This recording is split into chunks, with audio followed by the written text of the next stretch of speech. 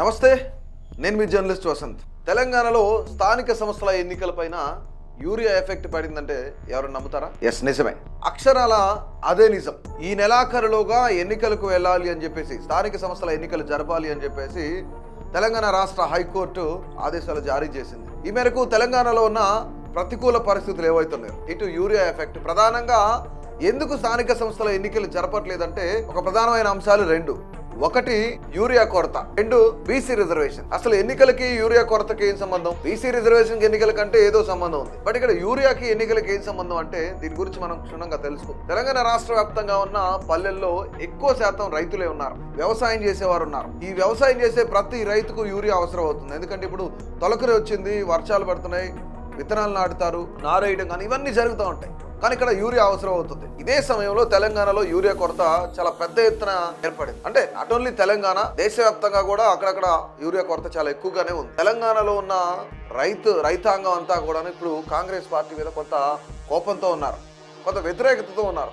ఎందుకు అంటే గత 10 ఏళ్లలో యూరియా కొరత ఇంత పెద్ద మొత్తంలో ఎప్పుడూ రాలేదు. దాదాపుగా 10 లక్షల మెట్రిక్ టన్నుల పైనే తెలంగాణకు యూరియా కొరత ఉంది. తెలంగాణకు యూరియా కావాలి. ఇందులో సగానికి పైగా ఇంకా కేంద్ర ప్రభుత్వం నుంచి రావాలి. ఇది కేంద్ర ప్రభుత్వం నుంచి రావాలి, మేము చేసే అన్ని మేము చేస్తున్నాం, కానీ కేంద్ర ప్రభుత్వం చొరవ తీసుకోవట్లేదని రాష్ట్ర ప్రభుత్వం చెప్తున్నా సరే రైతులు ఇవన్నీ పట్టించుకునే పరిస్థితులు లేరు. ఏది ఏమైనా సరే గత 10 ఏళ్లలో లేని కొరత ఈ ఏడు వచ్చిందంటే కేవలం అది కాంగ్రెస్ పార్టీ వల్లే అనే వాదన వాళ్ళ మైండ్లోకి వెళ్ళింది. దీంతో పాటుగా బీఆర్ఎస్ పార్టీ కూడా కొంత పెద్ద మొత్తంలో దీన్ని పెద్దదిగా చేసి ప్రజలకు చూపిస్తున్నారు, రైతాంగానికి చూపిస్తున్నారు, రైతాంగానికి వివరిస్తున్నారు. ఇది కాంగ్రెస్ పార్టీ వైఫల్యమే అని చెప్తున్నారు. అంటే ఇక్కడ కనుక ఇప్పుడు రాష్ట్ర ప్రభుత్వం ఇంటెలిజెన్స్ రిపోర్ట్ కూడా తెప్పించుకుంది. ఈ ఇంటెలిజెన్స్ రిపోర్ట్ లో ఏముందంటే తెలంగాణ రైతాంగం అంతా కూడా ఇప్పుడున్న రాష్ట్ర ప్రభుత్వం పైన వ్యతిరేకత చూపుతుంది.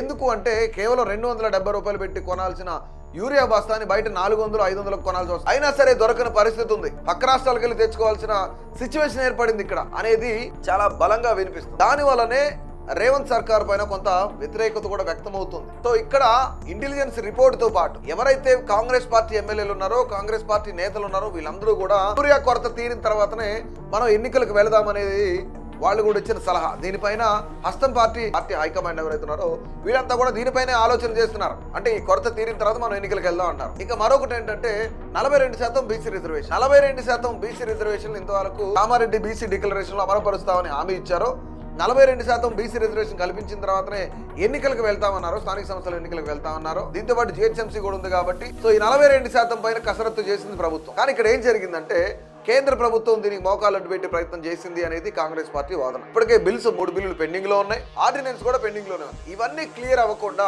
ఎన్నికలకు వెళ్తే బీసీలకు అన్యాయం చేసిన వాళ్ళు అవుతాం అనేది ఇక్కడ కాంగ్రెస్ పార్టీ వాళ్ళలో వాదన. సరే, ఒకవేళ బిల్ పాస్ అయినా పాస్ కాకపోయినా, ఆర్డినెన్స్ పాస్ అయినా పాస్ కాకపోయినా మనం పార్టీ పరంగా 42% రిజర్వేషన్ కల్పించి ముందుకెళ్దాం అనేది కొంతమంది వాదన. ఇక్కడ ఎన్నికలు లేట్ అయినా పర్వాలేదు, బీసీ రిజర్వేషన్ కి సంబంధించిన బిల్స్ మాత్రం పాస్ అవ్వాలి. పాస్ అవ్వకపోతే పార్టీ బద్నాం అయ్యే అవకాశం ఉందని చెప్పేసి పార్టీలో ఉన్న నేతలు, సీనియర్ నేతలందరూ భావిస్తున్నారు. ఇది హైకమాండ్ వరకు వెళ్ళింది. హైకమాండ్ కూడా దీని గురించి ఆలోచన చేస్తుంది. ఈ 2 ప్రధానమైన అంశాలు ఎన్నికలకు, ఇప్పుడు స్థానిక సంస్థల ఎన్నికలకు వెళ్లకుండా చేస్తున్నాయి. ఒకవేళ నిజంగానే వీటన్నిటిని పెడచెవిని పెట్టి కాంగ్రెస్ ప్రభుత్వం, ఇప్పుడున్న రేవంత్ సర్కార్ 42% పార్టీ పరంగా రిజర్వేషన్ ఇచ్చి మనం ముందుకు వెళ్దాము అంటే ఖచ్చితంగా కర్ణాటక ఎన్నికల పాజిటివ్ ఎఫెక్ట్ ఏ విధంగా తెలంగాణ పైన పడిందో, ఒకవేళ ఇక్కడ గనక తెలంగాణలో కాంగ్రెస్ పార్టీ స్థానిక సంస్థల ఎన్నికల్లో 33 జిల్లాల్లో జిల్లా పరిషత్తులు కోల్పోతే ఈ ఎఫెక్ట్ బీహార్ ఎన్నికల మీద పడుతుందని చెప్పేసి ఆలోచన చేసి బీహార్ ఎన్నికల దగ్గర వచ్చే సమయానికి ఇక యూరియా కొరత కూడా తగ్గుద్ది. వీటితో పాటు బీసీ రిజర్వేషన్ బిల్లులపై ఒక కొలిక్కొచ్చే అవకాశం కూడా ఉంది. ఈ సమస్యల నుంచి బయటపడిన తర్వాతే ఎన్నికలకు వెళ్లాలని భావిస్తున్నారు. ఒకవేళ ఇక్కడున్న నెగిటివ్ ఎఫెక్ట్ ఏమైనా బీహార్ ఎన్నికల పైన పడితే బీహార్ ప్రజలు కూడా నమ్మరు కాంగ్రెస్ పార్టీని, అక్కడ అధికారంలోకి వస్తామో రామో కూడా తెలియదు అనే ఆలోచనతోనే ఎన్నికలకు ఇప్పుడు వెళ్ళకూడదు, కొంత సమయం తీసుకుందామని రాష్ట్ర ప్రభుత్వం హైకోర్టును ఆశ్రయిస్తుంది. ఇక్కడ ముందుగా మనం చూసినట్లయితే ఒక పక్క బీఆర్ఎస్ ని డిఫెండ్ చేసుకోవాలి, మరో పక్క రైతులందరికీ నచ్చజెప్పాలి, ఇంకో పక్క బీసీలందరికీ అసలు ఏం జరుగుతుందని తెలియజెప్పాలి. 42% రిజర్వేషన్ పైన ఖచ్చితంగా బిల్ పాస్ అయిన తర్వాతనే వెళ్ళాలి అనేది కాంగ్రెస్ పార్టీ వాదన.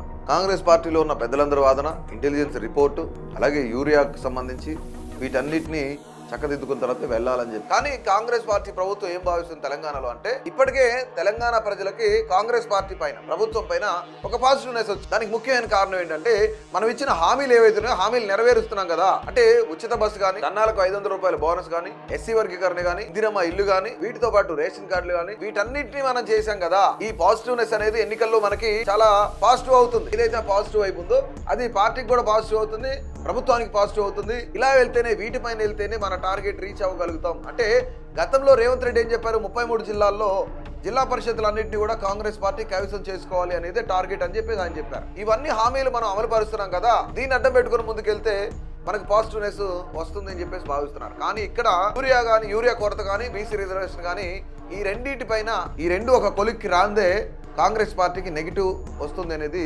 విశ్లేషకులు కూడా చెప్తున్నారు. కాంగ్రెస్ పార్టీ కొన్ని ప్రాంతాల్లో ఓటమిని చవి చూసే అవకాశం ఉందని చెప్పేసి, ఇబ్బందికరమైన వాతావరణం ఉంటుంది అని చెప్పేసి విశ్లేషకులు కూడా చెప్తున్నారు. దీనిపైన మీరేమంటారు? నిజంగానే యూరియా కొరత వల్లనే కాంగ్రెస్ పార్టీ ఎన్నికలకు వెళ్ళట్లేదా? 42% బీసీ రిజర్వేషన్ వల్లనే కాంగ్రెస్ పార్టీ ఎన్నికలకు వెళ్ళట్లేదా? నిజంగానే ఇక్కడున్న ఎఫెక్ట్ బీహార్ పైన పడే అవకాశం ఉందా? మీ అభిప్రాయాన్ని అయితే తప్పకుండా తెలియజేయండి.